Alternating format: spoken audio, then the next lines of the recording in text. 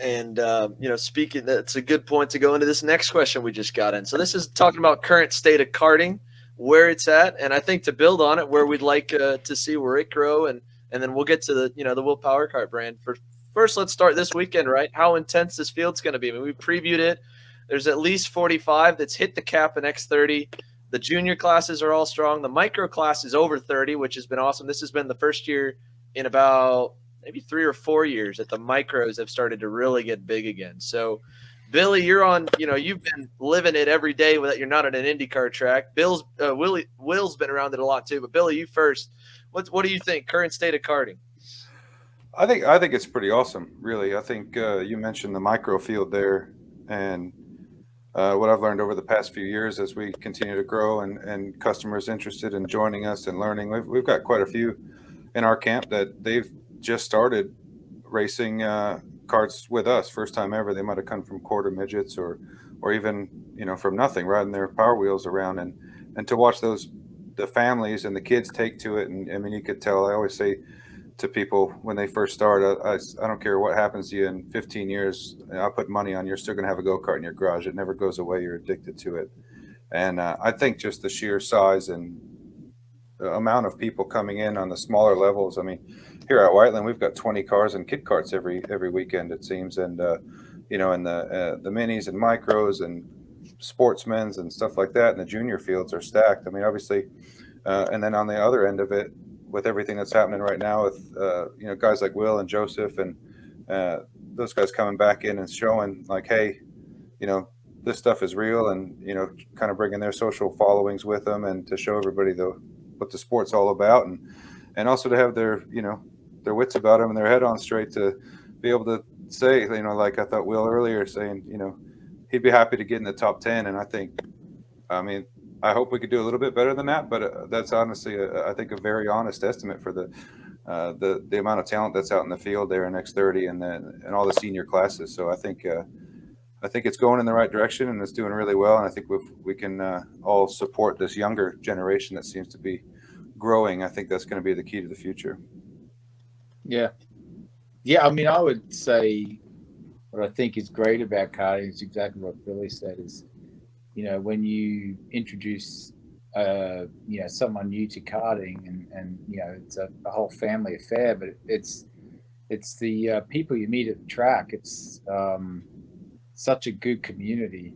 And, I think that's something I really enjoy about karting.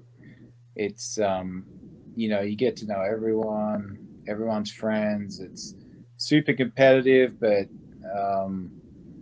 and maybe that's just a product of American motorsport. If that's something you notice after racing in Europe, you come over here and the IndyCar paddock is kind of like that too. But go karting to me is I've loved it since I was a tiny little kid. I was 6 years old the first time I drove it, and at the track. And you watch the older guys race. I still remember those older guys now that I watched and looked up to as a kid. I still look up to them now, and some of them, none of them really went on to do anything else but karting. But I still look at them really as kind of, when you're a kid, if someone's a hero as a kid, you still look at them as your hero, for the rest of your life type thing. So, yeah, it's just such a fantastic sport. And I really, I feel I haven't been around it enough over the last decade, but it feels like it's growing. And, and I think it's such an important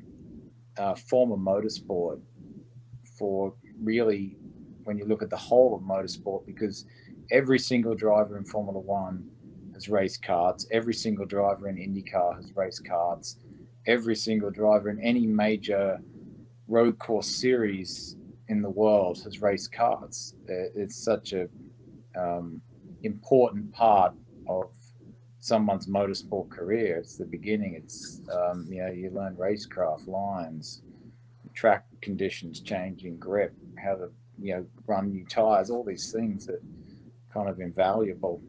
So yeah, I look at Europe and I look at the way how professional and the trucks and the when you look at their paddock, it looks like a really professional motorsport series, and that's what I would love to see in the States, which it is heading that. You see teams like RPG and RPM, and obviously Billy's starting up now, and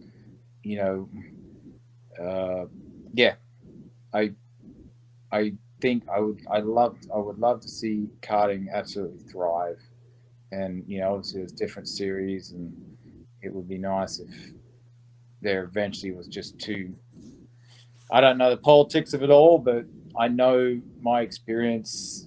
There's no politics in this stuff. Yeah, I don't know I know it's always all the politics, but I've seen it happen to IndyCar when they split. It ruined the series. It ruined it. You had two separated them. It just watered it down. It just confused people. So, yeah, yep. From what I see in the paddock, I mean, it's amazing how it is right now. The competition, the professionalism of teams. But the US can be every bit as good as Europe. We have enough people, population, and that, and including going all the way up to IndyCar, the junior series. It all can be better in this country because we have the ability to do that with just the numbers of people. Right, and that's a great segue to what you guys are on, right? This is MPG Motorsports becoming, and then also now as you guys look, you got the new box truck, you got the new hauler, you're getting the tents all set up, looking We're good. getting there. Kart factory team, hopefully real soon. And then, Billy, you've, we talk about all the time, but your goal is not just to have an awesome karting team and at all the pro karting races, but to also have that option for those kids that can master the craft to the point, and work with Will, and both of you guys have a good ladder all the way up to IndyCar. Talk about that, because that's a really cool goal and a really cool ladder system that's fully will really be fully in-house to a degree all the way up, with your guys' guidance. I think that's that's the end game. That's obviously the sort of the dream for everyone, right? As a kid driving karts, and I think another thing that we try to take care of is let's face it, not everybody's going to be able to realize that dream of driving, at that level. But they, growing up karting, they might learn to, I'd like being a mechanic, or, when you're 14 and can speak to some people with experience and send them on to engineering school when they get out of college and all that kind of stuff. But I think that's the dream. But we're just starting this thing and kind of figuring it out as we go. As Will said, learning the politics, the ropes, how all this stuff works. And then, we've got quite a few friends in various levels of the current ladder system. I think one thing that looks really pretty interesting is that new USF Junior Series. I think there's been a hole there for 13-year-old kids to have a place to go. So I think that's super important. I think that's the end game, whether it's through a couple partnerships with some friends or sort of all tied together, but try to get all the way to hopefully someday crowning the whatever year's Indy Lights champion with MPG and WPK on the side of the car. Yeah, that's the problem with motorsport. When we had the other guys on, they all talked about it. I mean, there's got to be a ladder system. There's got to be a way for people to get from karts into cars and start that process. And it would be just, obviously the dream would be to be able to have a kart team that's fully funded, and then, all those ladders all the way up to IndyCar fully funded. I mean, that's the ultimate goal. And that sort of thing happens in Europe because of the popularity of Formula One. Like, you see full F2 grids, the budgets for those cars now have got to be $2 million, maybe more. But they're funded. So, that can happen in this country. And I think IndyCar, as it gets more popular, that's sort of,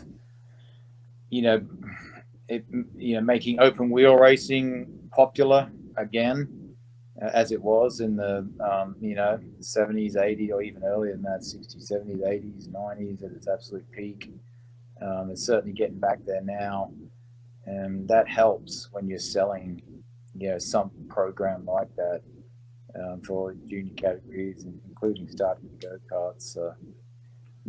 It's You know, I've been around the sport a long time, and you know, it just if you come across a driver that you think just has an exceptional talent, it really sucks. You can't do too much for them. You know that they should be going into cars and they should be getting these, you know, opportunities that aren't there.